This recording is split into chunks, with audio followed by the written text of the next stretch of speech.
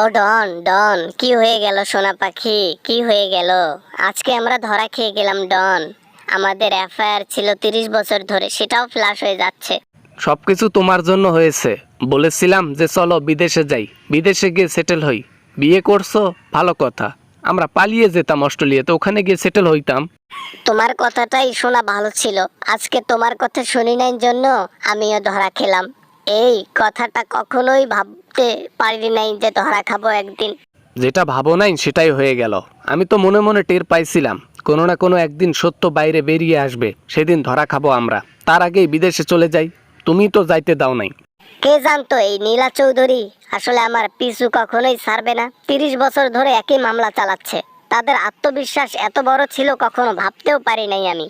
এখন দেখছো, এখন রিমান্ডের উপর রিমান্ড। এখন সত্য কথা না বলে কোনো উপায় আছে? হ্যাঁ, এখন সত্য ঘটনা খুলে বলা ছাড়া উপায় নেই। ফেসে যাওয়ার হলে তুমি যাও, আমি পারবো না। দেখো সোনা পাখি, দেখো, আমি কিন্তু তোমাকে অনেক ভালোবাসি, তুমিও কিন্তু আমাকে অনেক ভালোবাসো। সেই সালমান শাহর যুগ থেকে এখন পর্যন্ত তোমাকে ভালোবাসতেছি, তুমিও আমাকে ভালোবাসতেছো। তাহলে আমার জন্য কেন এতটুকু করতে পারবা না তুমি? সবকিছু তোমার প্ল্যানের মোতাবেক হয়েছে। আমার ওখানে কোনো হাত ছিল না। আমি শুধু একটা মোহরা ছিলাম, শুধু ইশারা মতো কাজ করেছি। এর চাইতে বড় কিছু করিনি।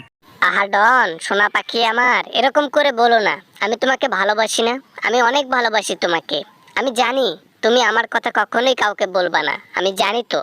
বললে হলো? মানুষ জীবন বাঁচাতে সবকিছু করে, আর আমি এই সামান্য সত্য কথাটা বলতে পারবো না? এই সত্য কথাটা বললে আমার রিমান্ডের মধ্যে ডিমের পরিমাণ কমে যাবে, বুঝো? তাহলে এতদিনের সম্পর্ক নষ্ট করে দিলে আমার সঙ্গে? হ্যাঁ ডন, আমি কিন্তু ভাবতেও পারিনি তুমি আমার সঙ্গে এমন করবা।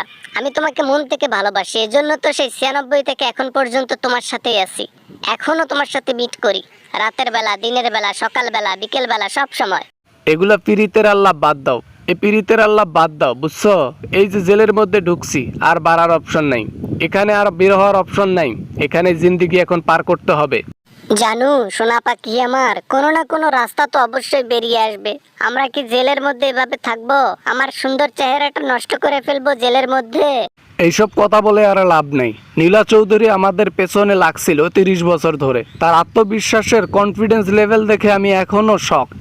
আমি আসলে বুঝতে পারতেছি না কেন এভাবে আমরা ধরা খাইলাম। কেমনে কি খাইলাম না খাইলাম বুঝলাম না। ধরা কেন খাইলাম?